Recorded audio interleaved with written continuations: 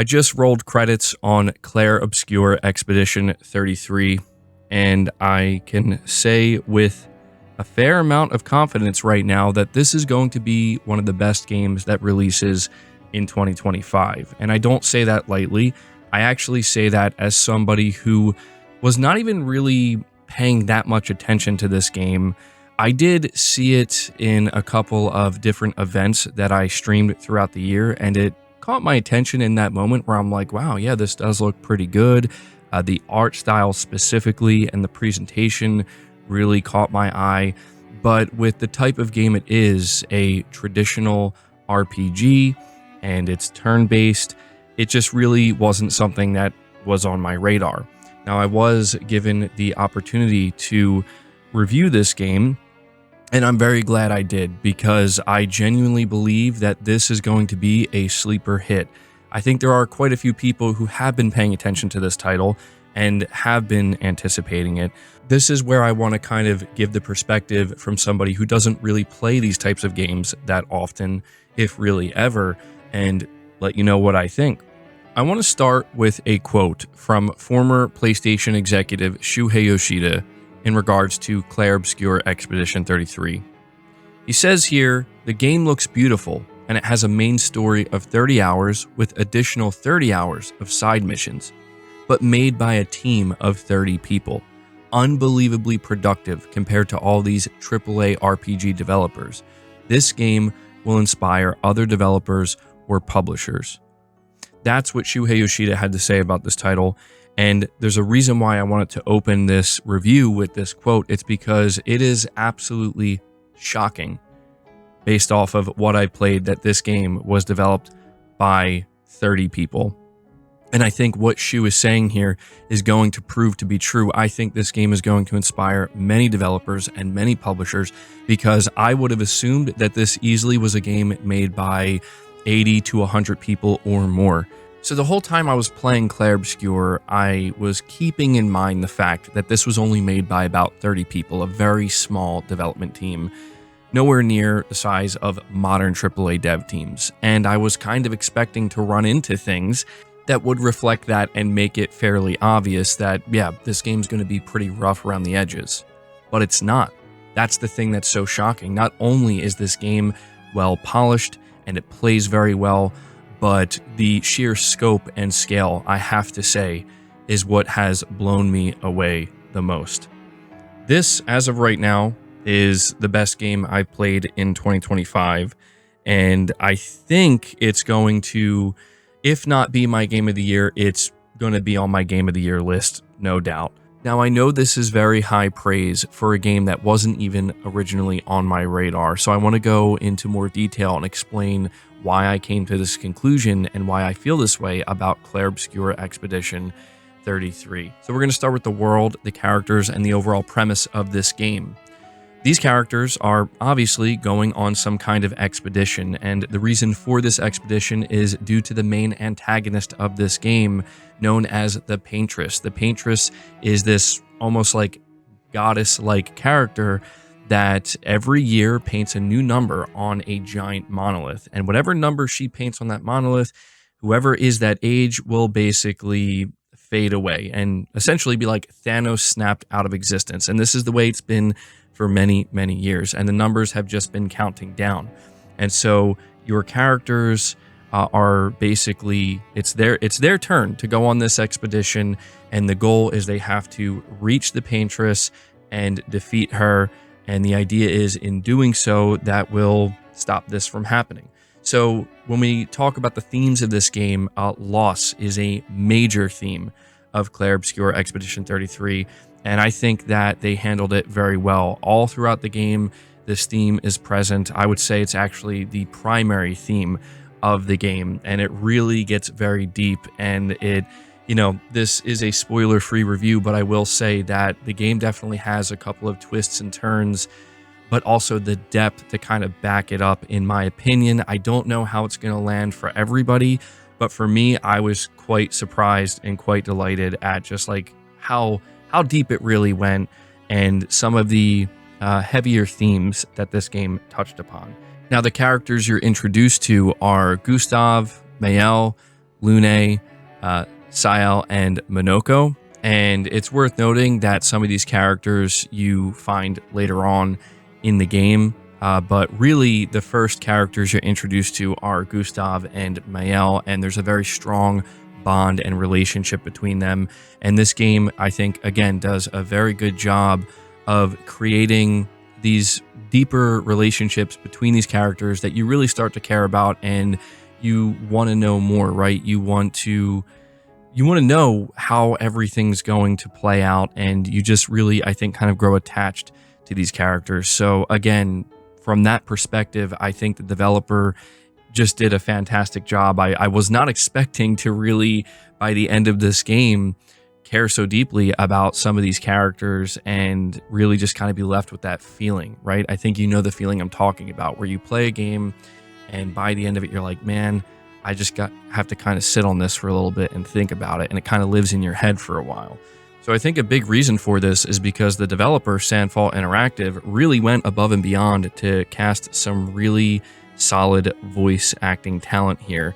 Gustav, for example, is voiced by Charlie Cox, who stars in Daredevil Born Again. You also have Jennifer English playing Mael, and you even have Ben Starr as the character Verso from Final Fantasy 16, and Andy Serkis as Renoir. So there is a really solid cast here, very talented people that I think really did a fantastic job at bringing these characters to life. And I do want to give a specific highlight to some of the performances, specifically Andy Serkis. I think he did an incredible job in this. Again, if you choose to play it, you'll see what I mean.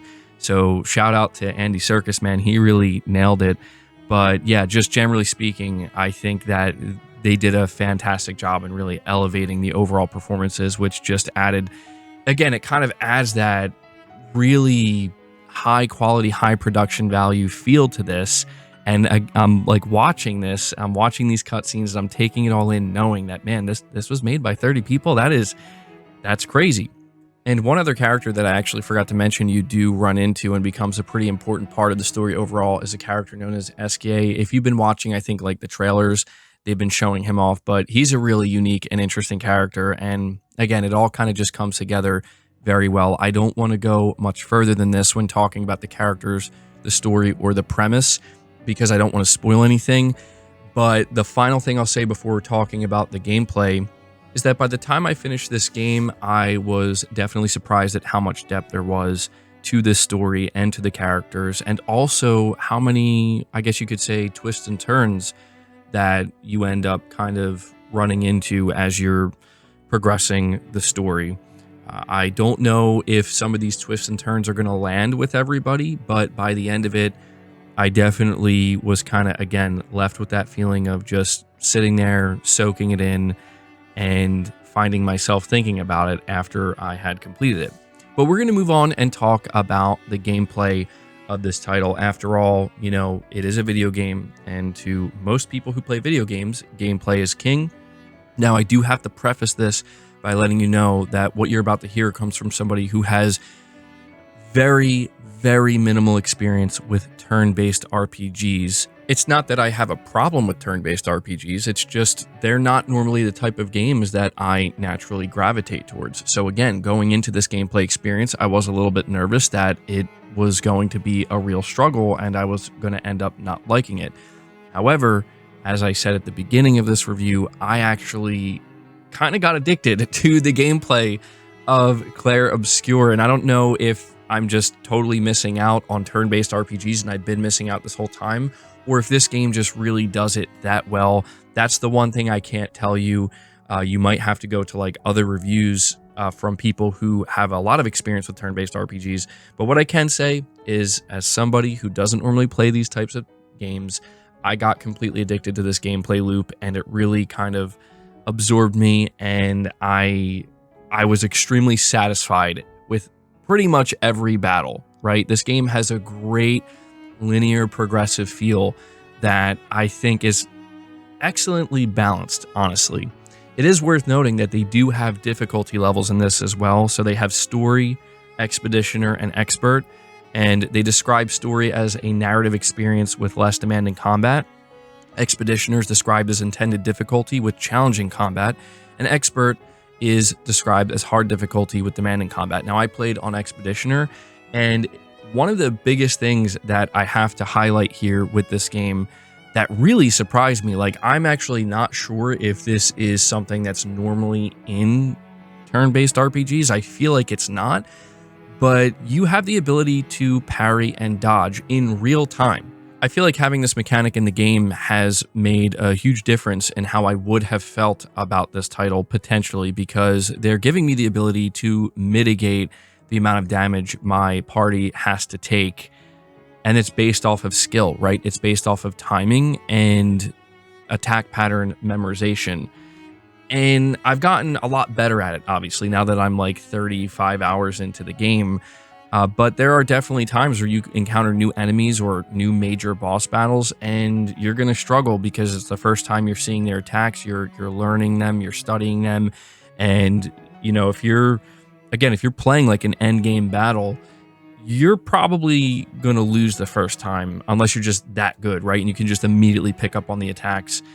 But the fact that it gives you that option where it doesn't just have to be pure strategy driven, there is a level of skill involved. So it is worth noting that if you choose to play in the story difficulty, it says that parry and dodge is not actually required. Whereas if you're playing on expert difficulty, it is mandatory. Now, again, the difficulty I played on, the regular difficulty or expeditioner, it says it's highly recommended. So yeah, this is, I think, a really unique type of experience that they crafted here from a gameplay perspective. And I also want to throw in here that when it comes to keeping you more engaged with the turn-based combat, every time you do an attack, there are QTEs that pop up on screen. And if you nail these QTEs, they'll actually enhance your attack and your characters will do more damage. If you fail them, you'll still do a solid amount of damage, but just simply not as much as you would. So this game does a great job, I would say, keeping you really engaged the entire time throughout the battles. And I can honestly say that's not what I was expecting when I went to go play this game, knowing it was a turn-based RPG. I was actually very delighted by that. Now, when it comes to the depth of the RPG mechanics here and how you can kind of allocate stats for your characters and all that stuff and upgrades, there is quite a bit of depth here. So they have what they call a Pictos and Lumina. Now, they say here that you equip up to 3 Pictos simultaneously to increase stats and grant passive Lumina abilities.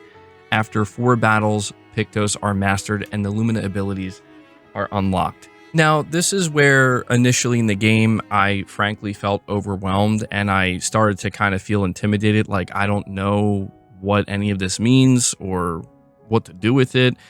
And it did take me quite a while to really figure it all out. Maybe that's just due to my sheer lack of experience playing these type of like really deep RPGs. But once I figured it out, I would say it probably took me about 5-6 hours into the game for it to really start to all come together.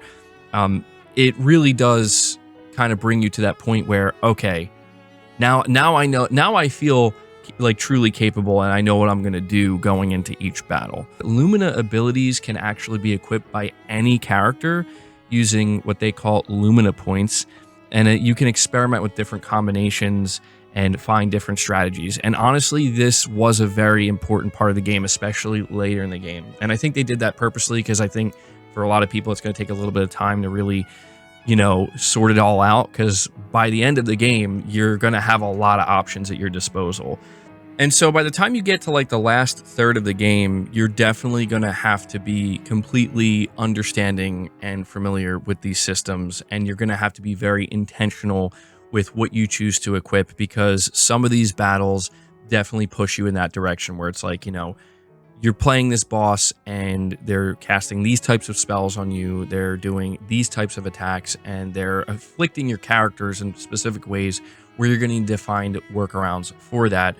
But the game definitely gives you all the tools at your disposal that you would need to overcome the challenge. And I will say the game does start to ramp up in difficulty, certainly as you get into that kind of final third, but in a good way, right? Where it feels like you've been kind of building up to this and preparing for this throughout the entire game. And so there are obviously weapons and upgrades, so you can get different leveled weapons for each character. And some of these weapons scale, or most of them scale with different stats. And you can, I think, max them out at level 20. I think right now the highest level weapon I have is like 18. But the thing is, your main weapon that your character has is, I would almost view it as secondary, right? Really, the main thing you're going to be focused on and doing in each battle is your different abilities, right? This is really what's going to get you to do the most amount of damage and get you through those battles. But, you know, also you do have to kind of strategize on when should you just do an attack, a basic attack with your main weapon versus, okay, now you have enough AP, I think that's what they call it, to kind of build up for attacks to do a specific attack. And so there is, again, a fair amount of strategy involved here, but not so much that it's like, you know, you're going to break your brain trying to figure things out. It's definitely not on that level. I actually think that this game might achieve the perfect balance of making it so you have to think about what you're doing, but you don't have to think that hard, right? You can kind of treat it as like a very fast-flowing, turn-based game. At least that's how it was for me, where I'm starting to memorize what attacks are most effective and which ones I want to use and when and timing and all that stuff. I think this game really has a truly unique blend of these things. And yeah, you do get attribute points for your characters as well, and you can kind of mess around with that. They are pretty liberal, I would say, with the amount of, well, they call it recoats, where you can kind of reallocate your attributes if you don't like the build for a specific character. So for me, I actually just evenly distributed every stat point I got across every character. I basically made every character as balanced as I could. I don't know if that hurt me throughout my playthrough, but you're definitely, I would say, free to mess around with that and not worry too much about it, because again, they are pretty, they give you a fair amount of opportunities to reallocate your stats if you're not happy with it. Now, on top of that, each character does have a skill tree, and I would say this is where I had to be the most particular about what I wanted to do, because you do get enough skill points to really flesh out and build out those skill trees, but each direction you choose to go in with those skill trees, I mean, really does vary. But that's the one thing I would recommend if you are going to play this game. Be very intentional about what skills you want to unlock. Definitely look down the list and see like where it ends, because there are some attacks that require, like, for example, 10 skill points to unlock, which takes quite some time to build up to. There are other attacks before that one you have to unlock that take 8 skill points, 6 skill points, etc. So you want to definitely have some kind of idea of what direction you want to go in with that. Now, we have a section here I'm going to cover which talks about late game challenges. One of the things that you will unlock later in the game are what's known as gradient attacks and counters. And so the gradient attacks are actually just another layer, right? Where on top of your base abilities, later in the game, you can kind of build up a bar. And I think it goes up to 3. You basically can have 3 gradient attacks max. And these are just like kind of ultimates, you could view them as, for each character. And it's also worth noting that the way you unlock different gradient attacks is by actually engaging with other party members and talking to them. You kind of go back to a camp in between each like main story mission as you're progressing, and you have the opportunity to talk to your party members and get more dialogue from them and build their relationships, and also kind of like flesh out the story in that sense. And you are rewarded for doing so by getting new gradient attacks for each character. And trust me, some of these gradient attacks are, I mean, the difference between like, okay, you're going to actually make it through this battle or you're not, and you're going to really wish you had that gradient attack in some instances. So definitely recommend trying to build out those relationships with your party members and getting those gradient attacks. And they also have counters. So the game does not require you to parry. You can just dodge everything, but there are certain attacks later in the game with some characters, or some enemies, I should say, that you do have to parry. or you're just going to simply take damage. But what's interesting about it is if you do parry them, you also counter them as well. So it's one of these situations where it's like either you're going to take damage or they're going to take damage. So they do kind of throw that in there to keep things fresh, I guess you could say, you know, kind of like midway through the game. Now, I want to talk about side content and exploration. I have to let you know that this is the aspect of the game that I have the least amount of time with, mainly because my focus was ensuring I could complete the main story and see it through to the end. But as I was doing that, it became abundantly clear that there is a ton of side content. This game has an open map you can travel, like an overworld map, and it's actually amazing. It's one of the coolest aspects of the game, and you will probably either see footage right now of that, or you would have seen footage of it during the course of this review. And this overworld map is, you know, kind of littered with different things to discover, whether that be secret enemy battles or kind of like pickups, whether it be new weapons or, you know, you can customize what your character's wearing. You can get new outfits or just currency or anything like that, or new Pictos, all that stuff. The game definitely encourages you to kind of explore that world map. And there are definitely some enemies you're going to kind of run into as you're exploring this world map if you're not just trying to stay on the beaten path, right? That you're going to find, oh, I'm supposed to come back to this later. You're going to get absolutely obliterated. You're not ready for it. And it kind of creates that feeling of like, man, I want to make sure to like take note of this and come back to see, you know, by the end of the game when I'm much, much stronger, how I fare against this enemy. And yeah, there's a bunch of secrets kind of scattered throughout. I think that when it comes to exploration, this game actually did a really, really good job. So you have that overworld map that you can explore, but each level you choose to go into has a more traditional, like, you know, third-person perspective where you are in like an open area and you can kind of explore that area. It's kind of scoped down in that sense. So they, I would say, did a really good job kind of making this game have a different feeling of scale overall that most games, I think, don't actually achieve. And it's very, yeah, it's done very well. So really, overall, the gameplay here, I would say, is top notch. I enjoyed pretty much every moment of this. I only had a few moments of frustration, and that was mainly because I just was going into certain battles either unprepared or, again, I kind of had to strategize a little bit more and figure out like what party members I want to bring in and what skills I want to use and stuff like that. And eventually I did figure it out.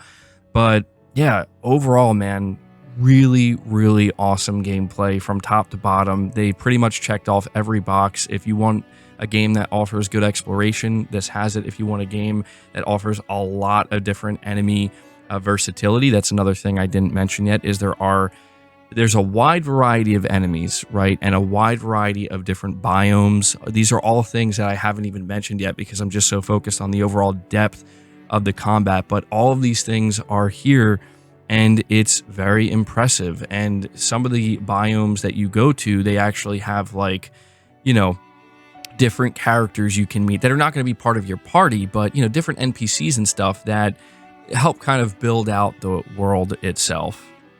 Now, before I wrap up this review and give my final thoughts, I do want to just talk about the graphics of this game and how it looks overall. So I would say what this game lacks in sheer graphical fidelity, at least where I played it on PS5 Pro, it makes up for, I would say, like tenfold in just overall art style and presentation. This is a prime example of a game doesn't have to be on the absolute cutting edge of graphical fidelity and, you know, photorealism. And this is a game where the art style and the presentation and the art direction can absolutely make the biggest difference. And with this game, it definitely did. I played it in performance mode. There is a fidelity mode on PS5 Pro. Obviously, if you want the absolute best looking version of this game, you're probably going to want to play it on PC. But yeah, overall, I was actually very pleased with the way this game looked because, you know, again, it's not the cutting edge, but there were many times in this game when I was entering new levels and new areas where I'm like, man, this looks incredible. Kind of reminded me of Ghost of Tsushima a little bit. I know it's a bit of a far out there comparison, but just, there's times when I'm playing Ghost of Tsushima, you enter a new area of the game and you're just like kind of struck by how incredible it looks, and the color palette and just the overall beauty of the game. I would say that this is a very beautiful looking game. So now I'm going to wrap it up with my final thoughts here. What else is left to say, man? I feel like Sandfall Interactive is truly punching above their weight here. I could be wrong with what I'm about to say, but I think this is going to be by far one of the best games that drops in 2025, where I think people who are going to play this are like, wow, this game is actually incredible. I had no idea. I think this is a sleeper hit, and I think that this is an example of you could just feel the passion kind of coming out of the game that was poured into it by the developers. And I say this as somebody who doesn't really even play these types of games. That should tell you everything you need to know about Clair Obscur Expedition 33. So I'm not necessarily trying to convince anybody who doesn't play these types of games that you should go play this game, or if you're not into turn-based, you should play this and you'll love turn-based. I'm not here to say that. I'm just simply telling you how I felt going into it and how I feel now that I've completed it. This is a game that is, like I said, going to be on my Game of the Year list no matter what at the end of this year. And I think it's going to be, one of the most surprising titles that releases in 2025. And again, I was very grateful for the opportunity to be able to review it. I was not sure if this review was going to be a good one, if I was going to come out and be like, well, guys, I tried this game and I really didn't like it, but I'm actually very, very happy that it's not that. And this, I'm quite surprised. That's really what it boils down to. I'm quite surprised. It's not that this game didn't look good or anything based off of the marketing and whatnot. It's just, I had no idea I was going to kind of get totally wrapped up in a game like this, let alone walk away from it at the time being like, well, yeah, this is my Game of the Year right now. Will it be my Game of the Year by the end of 2025? Can't really say that for sure, right? There's still a lot of year left and a lot of games dropping, but this one is a game that I can highly recommend. If you have any interest in it whatsoever, I do not think you will be disappointed. But yeah, there we go. That is my review of Clair Obscur Expedition 33. I hope you enjoyed it. Guys, leave your thoughts down in the comments below. Leave the video a like, subscribe if you're new, hit the bell notification icon, and feel free to share this review out on top of all that. But until next time, guys, take care.